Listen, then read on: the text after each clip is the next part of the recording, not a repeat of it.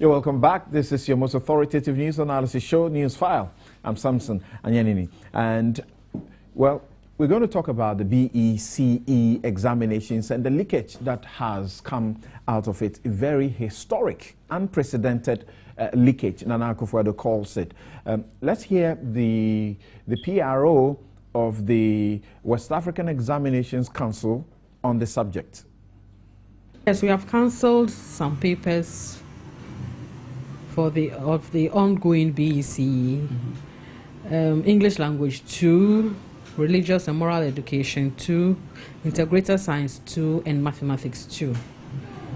We've asked that candidates should not take the social studies paper, which was scheduled for tomorrow. We've asked that that paper should not be administered tomorrow because we've noticed that that paper has also been compromised. So candidates will not take the social studies paper tomorrow, and that one will be re-administered at a later date. We've cancelled these papers because we have discovered that, to our dismay and disappointment, that the papers have been compromised.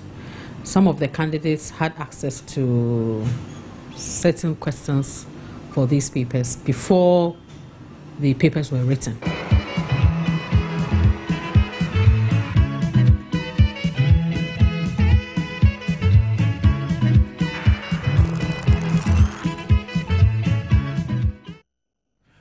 So you just heard Agnes Kujo, who is the WAEC PRO. Let's hear NAGRAT's Vice President, Angel Kabonu, on the subject. West African Examination Council does have a very lopsided security system. They have a printing house where they print their own questions. They organize the papers and distribute the papers. All these are in the bosom of the West African Examination Council. We are calling for the dissolution of the board of West African Examination Council. In fact, my president did not say this, but I'm saying this confidently, that we nearly even came to the point that we were going to ask all our members to boycott all activities of the West African Examination Council. And if this continues and the integrity of the examinations are at stake, I am afraid we may get to a point where we will no longer cooperate with the West African Examination Council. Yes, we have cancelled some papers.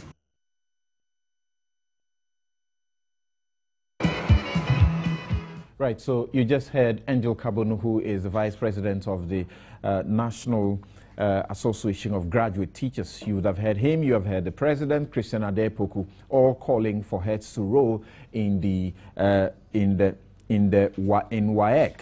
And some are asking, is this a fair, call to make? Because it does appear that almost everybody is involved. We'll check and look at how exactly, and that's part of the discussion we're going to have, how should WAEC go ahead to protect its integrity in this situation without unnecessarily courting expensive legal suits, because it has happened before, even on a minor scale, and our Supreme Court held that WAEC could not do the things it did without the opportunity for the affected students to be heard in full. Because truth be told, not every student saw these papers, or people saw these papers before the examinations. Let me introduce my guest to you. Abdul Malik Kwekubako Jr. is editor-in-chief. Abdul Malik Kwekubako is the editor-in-chief of the New Crusading Guide newspaper, and he's our regular panelist. And we'll shortly be joined by Haruna Idrisu, who is Minister for Employment and Labour Relations, also MP for Tamale South. Kweku Kwating is MP for Obuasi West, and he is a member Finance Committee of Parliament. He joins us. Good morning and welcome to the show. Good morning. Good. And we're also privileged once again to be joined by Dr. Evans Agredako, Lecturer, Department of Political Science at the University of Ghana, Legon. Good morning. Good welcome morning, to the show. Samson. Great to have you. So Haruna Idrisu should be joining us any moment from now, but we'll get the discussion on the way. This show is coming to you live from Joy 99.7 FM. If you're watching us on Multi TV. This is your Joy News channel. And it is live on Love 99.5 FM in Kumasi, over a dozen affiliate stations, and also at myjoyonline.com. We're streaming there as well, and streaming at Multi-TV World, Multi-TV World /streams. Also, subsequently, the show is available on your ABN television, your Sky Channel 235 in the UK and elsewhere in Europe. Now, Doc, what was your first reaction when you heard of the leakage and the manner in which it occurred? That the 5 papers that have been affected, the mathematics core 2 and all the rest, that had actually been circulated on social media platform WhatsApp. I was troubled. Troubled in the sense that we are training minds to fix problems of society. Right. We're training minds to be good citizens. We're training people to be selfless. We're training people to be trustworthy. We are in the process of trying to build human capital for ourselves. We are also building what we call social capital, which and in this situation, yes, the core subjects, these are the most important subjects, so to speak, mathematics, English, religious and moral education, integrated science. Yeah.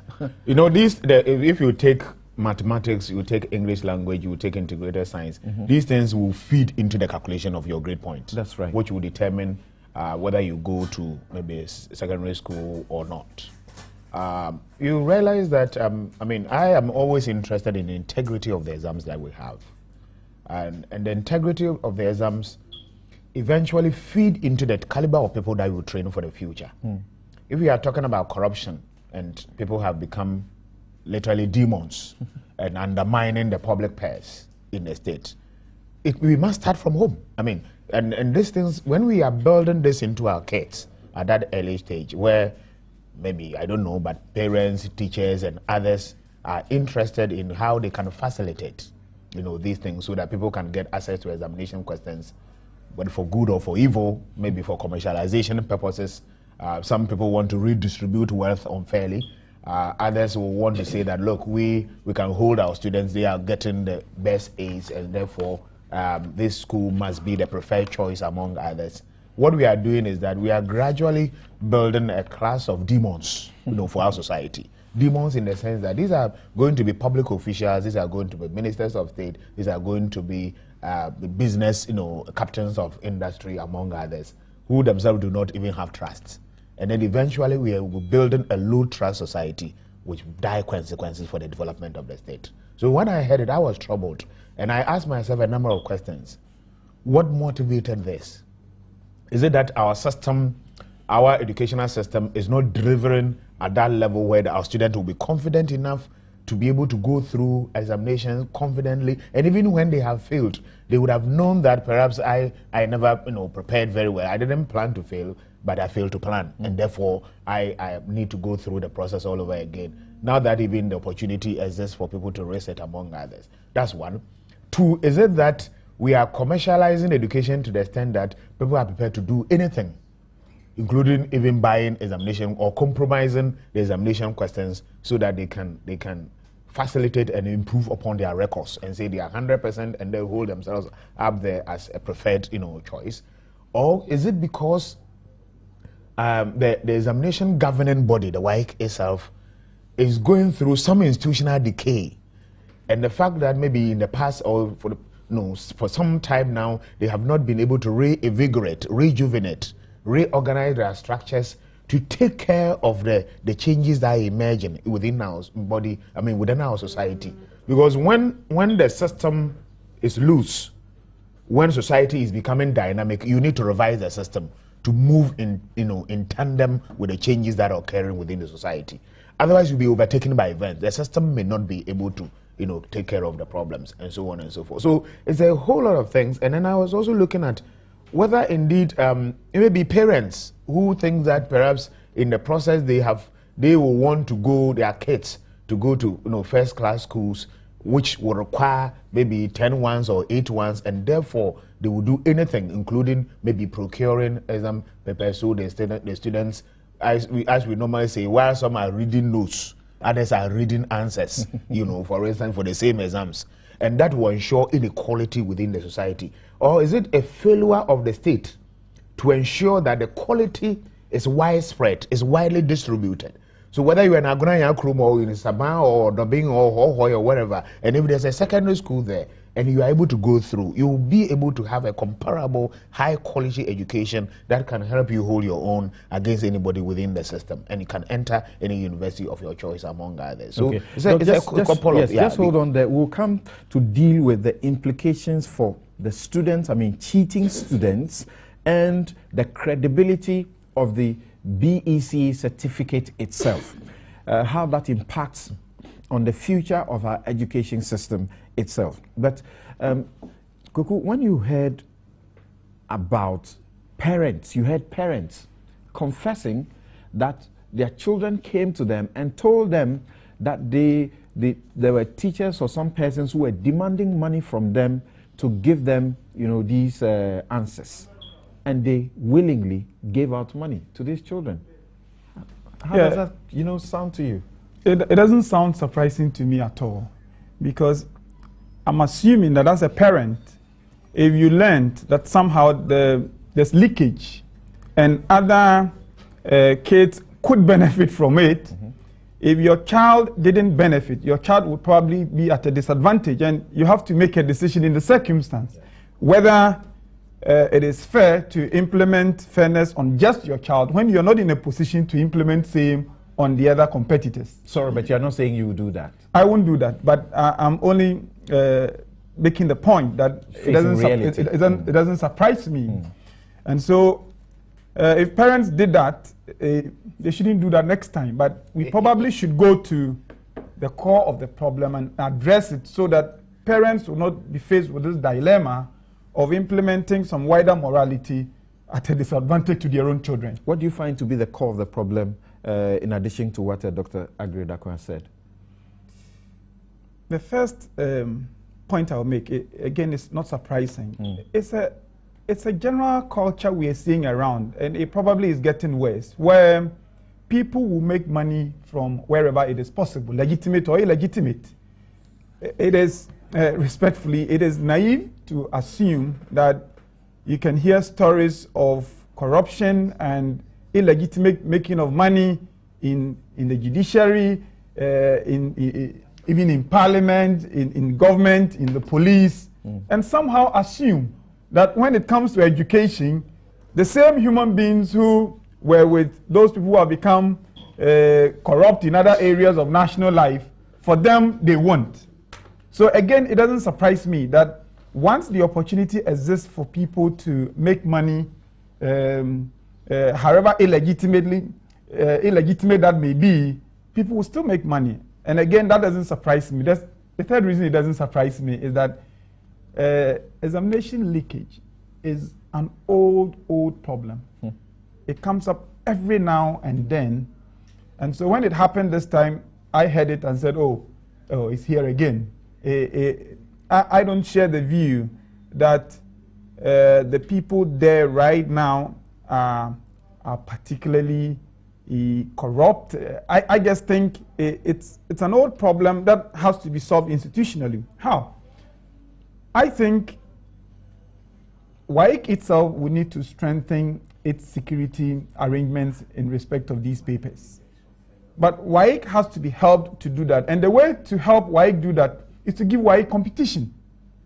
Is to give people the option to say, we are not very comfortable with the output that WAEC gives testimony to, and that we would look elsewhere. It is only when WAEC begins to feel that unless these breaches stop happening, WAEC itself would suffer badly. I think we always hear what we're hearing now. Yes, we have to do this in the interest of the reputation of the certificates other people are holding. We have to, and we'll hear all those stories. But I think in the end, we ought to make it like this, that if you don't fix this, you're going out. If WAEC thinks that will happen, probably it would improve their own commitment to ensuring security, and then we will have less frequency in these leakages.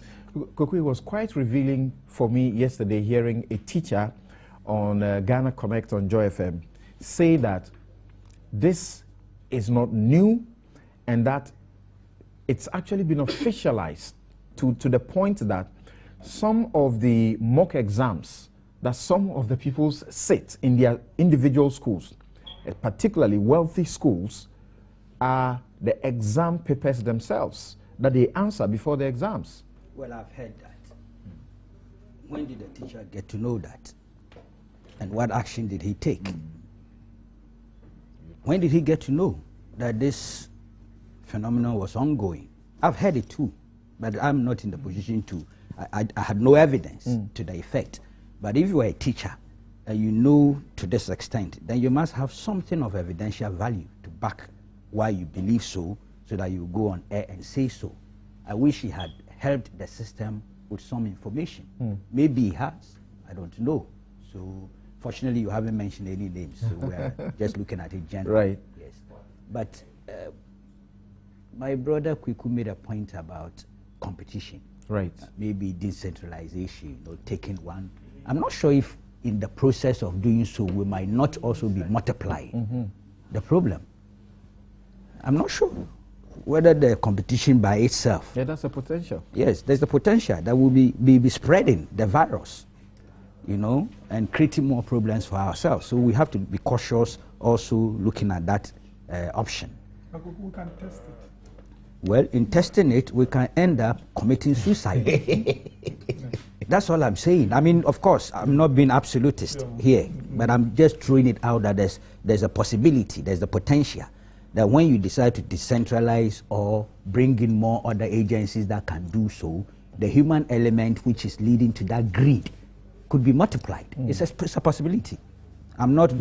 As you talk about that, my mind immediately goes to the previous situation, the precedent where a private school, proprietor of a private school decides to compromise the system by getting officers to try and leak the papers to, his school. Because they want to raise their standards. So if WAEC is decentralized, then it might be easier to get it to the other bodies that are conducting when it comes exams. to exams, because of the delicate nature of it, I would go more for centralization, at least at the basic level. At the basic level. This is at the basic level. Right. Maybe at a higher level, some little competition and other spread can come in because of the differences there. But, well, I'm not an expert. But, you see, I do not know much about this. But greed is at the bottom of all this. Kwiku alluded to it in terms of the monetization of the system, the corruption of the system. We have some greedy bastards out there, apologies to Mr. Rollins, who are seeking to bastardize the system for personal gain. It's money, and it's big money. So there's a chain out there. Parents, some. Teachers, again, the same adjective. Some pupils, even though I put them in a different category, it's not many of them who have the capital to be able to buy. And the staff, some staff at the WAEC. Right. It's a chain. And what happened in Kumasi, if indeed it's accurate report. The latest one, the ICT paper. Yes. Even though the proximity between the time they were doing it and the thing is something, but it still shows something. It's a telltale that I believe the investigators can proceed on to dig deeper. Right, and talking about investigators, as you know by now, the BNI is taking over, and we understand that they've spoken to some officials of WAEC, the bosses, at WAEC management, and they are beginning to descend down and see how far they can go.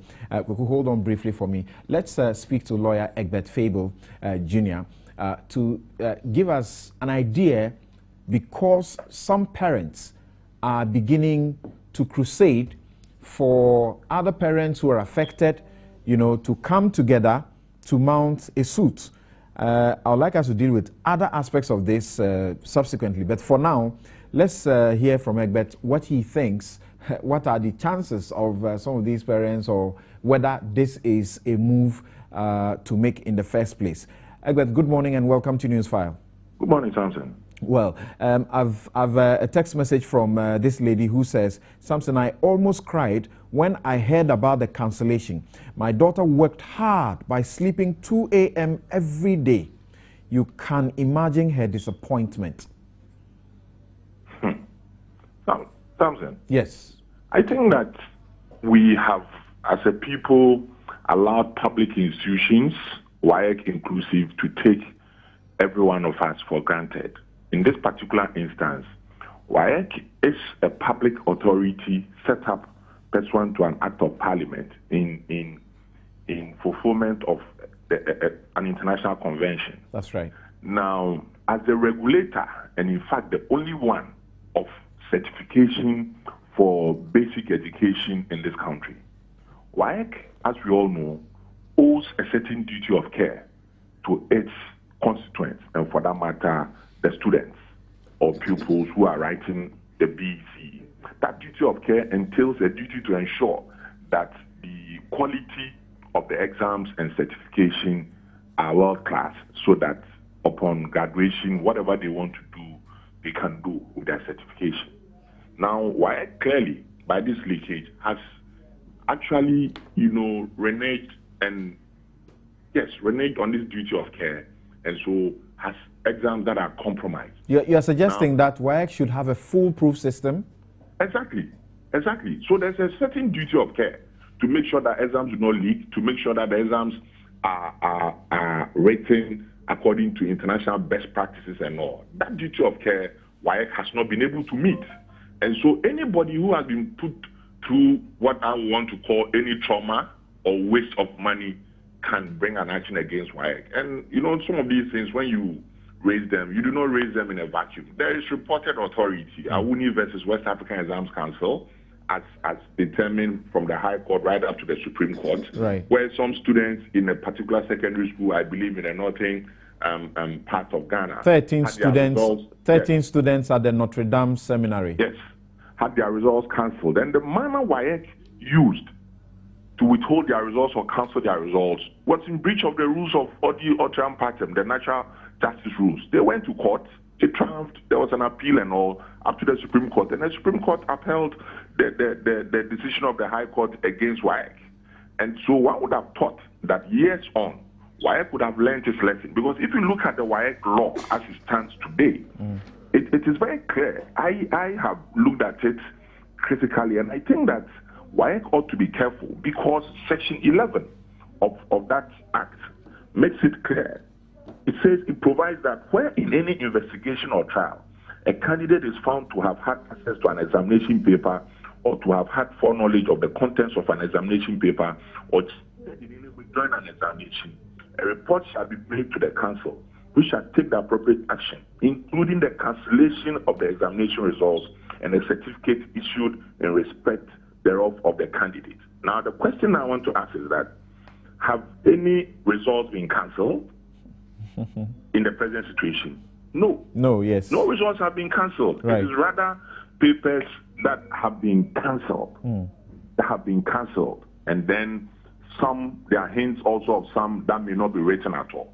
Now, why would WAEC not push for an amendment of this law to give it very wide powers, that even when they have any hint that a particular paper has been compromised, that is yet to be written has been compromised, then they'll be able to say, look, we are not going to allow you to write the paper because of so and so reasons. But under the present arrangement, it is the powers that WAEC has exercised is too elastic, and I believe amounts to even an unruly horse. But Egbert, in the authority that you cite, it was not this widespread. This was just a group of students, school, yes, in a particular school, and their headmaster protested, and their lawyers also protested, and they wanted to be giving audience to at least explain that theirs was a coincidence, that they were reading a particular Akiola series and so on. That is correct. And that is how come all of them had the same answers for a particular question.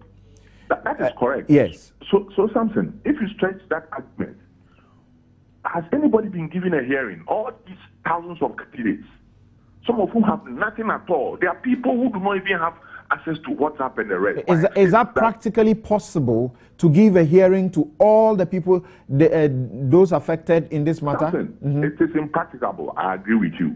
But it still does not permit or allow WAEC, just by a stroke of pen, because of qualitative reasons as to its certification, cancel results. There should have been deeper and further investigations. And then, if you are going to go on such a tangent, make sure that you are covered by your enabling act, that is the WAEC law, so that you have a certain basis to do what you've done. As it stands now, I respectfully submit that WAEC hasn't got the power to do that. If anything at all, WAEC is using its administrative authority, administrative powers. And if you look at Article 23 of the 1992 Constitution, it mandates and obligates public authorities to be fair in the exercise of their discretionary power. This is a discretionary power that has been exercised. Is it fair? Okay. Is it fair? What are the numbers of people who saw the questions, and what are the numbers of people who did not see the questions? Let's say majority saw the questions and minority did not see the questions. So because the majority who are unidentifiable have caused a breach, the minority should suffer. So it is your respected view that the present solution that WAEC is using is a wrong approach? It is completely wrong. WAEC knows.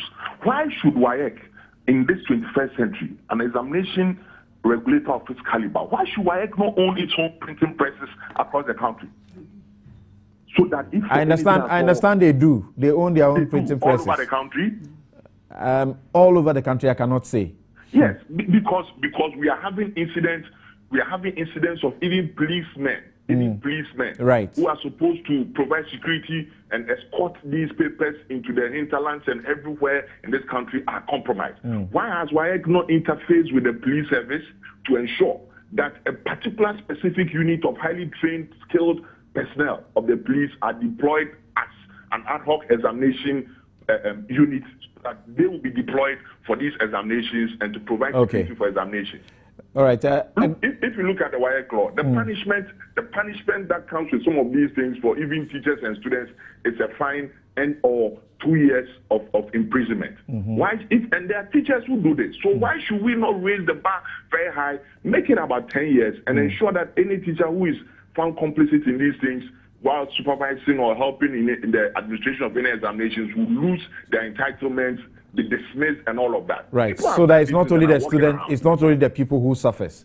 Okay. That is the point. Okay. Egbert, thank you very much for this insights. Thank you very much indeed. And in course of the show, we'll be going back to Egbert on the Privileges Committee. You remember that he has appeared before them before. When we get there, we'll get to him briefly again to get insight into how exactly they do their work as they invite Dr. Dodu and then Black Rasta before them. And the authority that Egbert refers to, I just want to read just a portion of what one of the judges said. That is Sophia Kufu. In that case, she said that, I'm very much mindful of the critical importance of WAEC's role in safeguarding the quality and international credibility of its examinations and resultant certificates and diplomas. Most members of this court, and she was speaking about themselves, have undergone at least one WAEC-administered examination and are who we are because of its integrity. WAEC is very important. This is what the Supreme Court is echoing. This role has been and has been and will continue to be vital to the socio-economic development of Ghana and the other signatories of the convention. However, the enviable standing of WAEC can be sustained only by ensuring that its administrative processes, including the exercise of its powers, remain just. In my view, this can only be achieved through patent constitutionalism and legality, rather than through opacity and arbitrariness.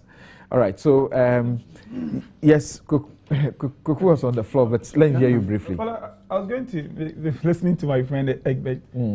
Would WAEC have looked better if they had pretended that the papers hadn't leaked?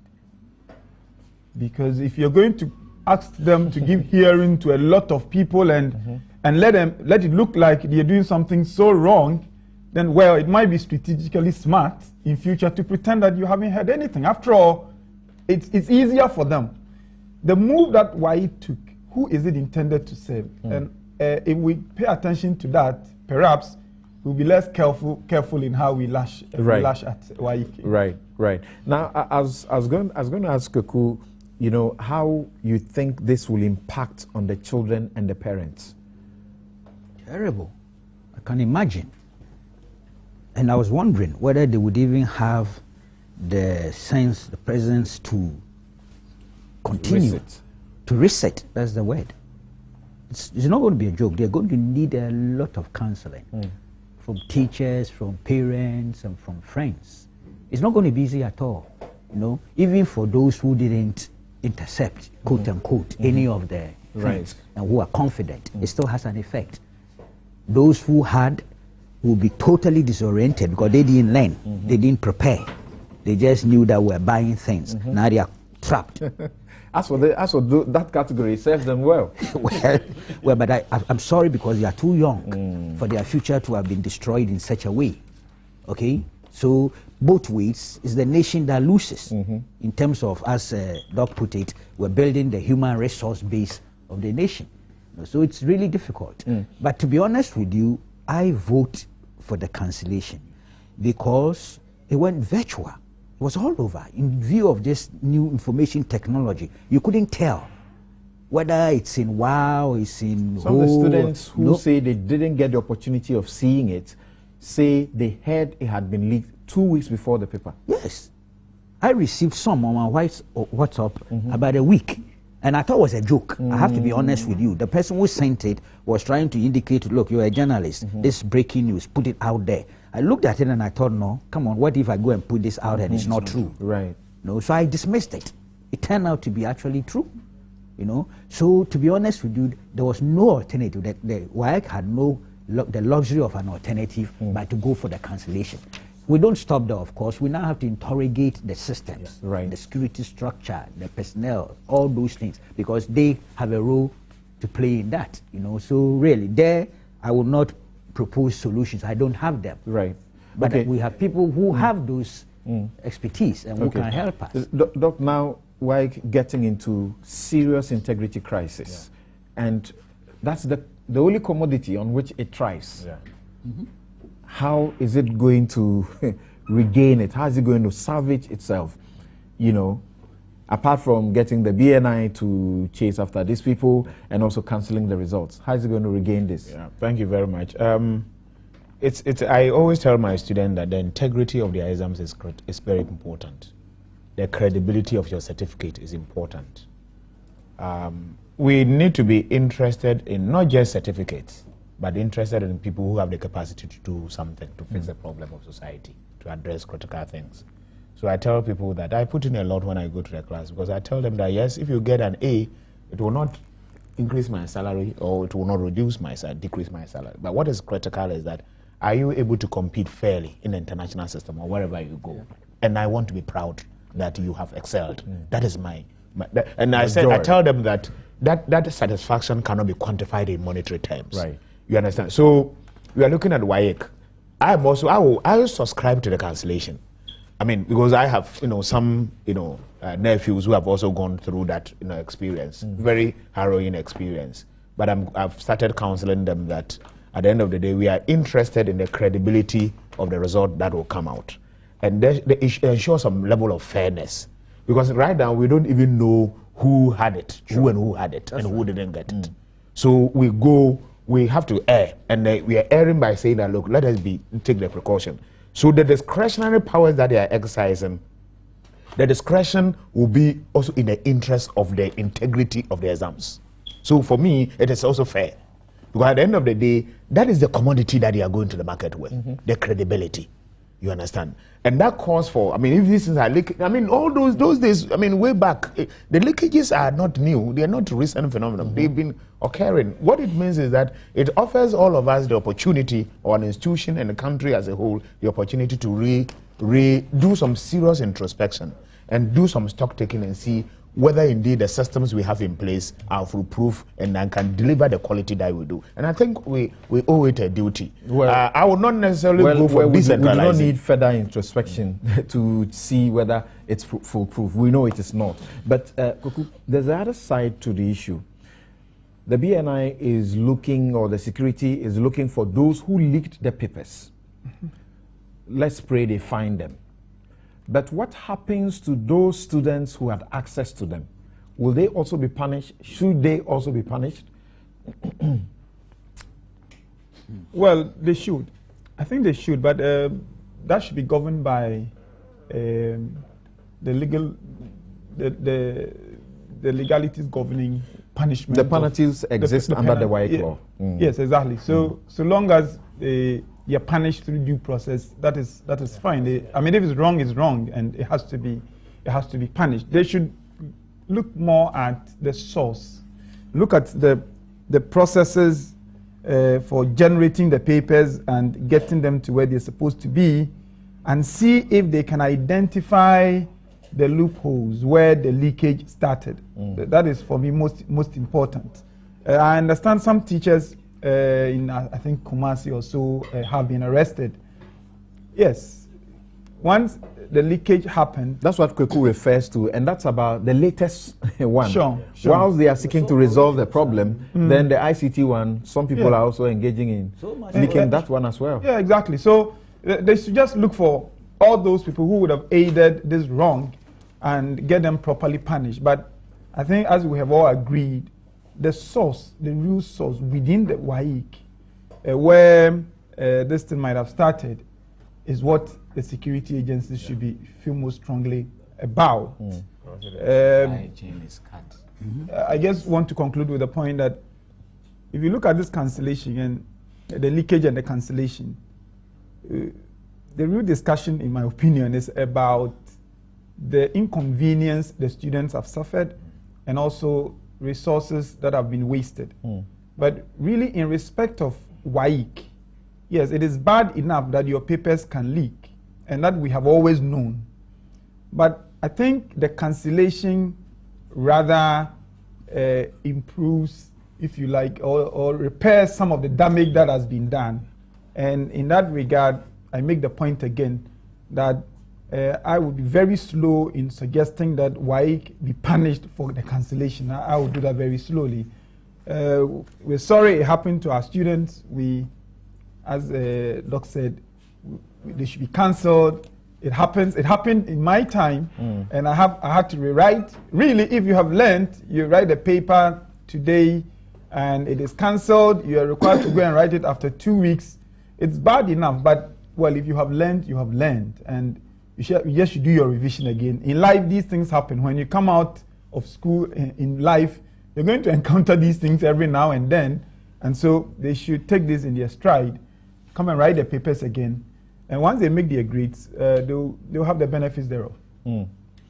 Okay, so, well, those who may be found culpable, if they are so determined to have committed those offenses, they are looking at either being asked to pay some fines by the courts, or paying a fine and also being imprisoned for not more than 2 years. Not more than 2 years. That doesn't sound punitive enough, does it? And then in a situation where schools are found to have also been complicit, you know, for example, it says that the WAEC law says that where more than 1/3 of the candidates as a school, either before, during, or after an examination, are found to have acted contrary to the provisions of this act, the council may prohibit the school from organizing, supervising, or acting as an agent of the council in the conduct of an examination of the council for a period, you know, determined by the council, and this shall be in addition to a penalty. So let's see how all of these are enforced, and if they are, how that helps us going forward. Now, maybe the very last bit, there are some of the pupils who are complaining that the 29th and 30th dates, 2 days that they've been given to sit all the 5 papers, is too short. Well, WAEC has to listen to that. If you look at the original timetable and the papers were spaced, I remember when I used to write these exams, sometimes really had to write 2 or 3 papers the same day.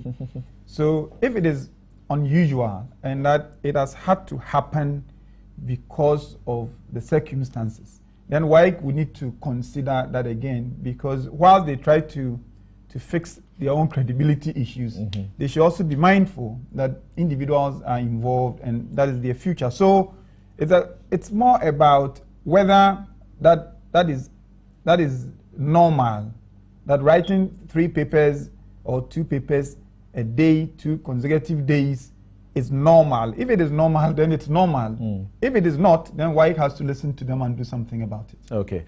Thank you very much. Now, at the last time when the matter went to the Supreme Court in 2001, the court gave an order that the Ministry of Education needed to make some regulations to guide these processes. I have my doubts if those regulations are in place as we speak. Let's take a break here. We'll be right back to deal with petroleum deregulation. How is it going to affect the entire, economy that is presently under so much stress? I'm reading this morning from The Economist, and what they are writing about Ghana is just terrible. We'll be right back.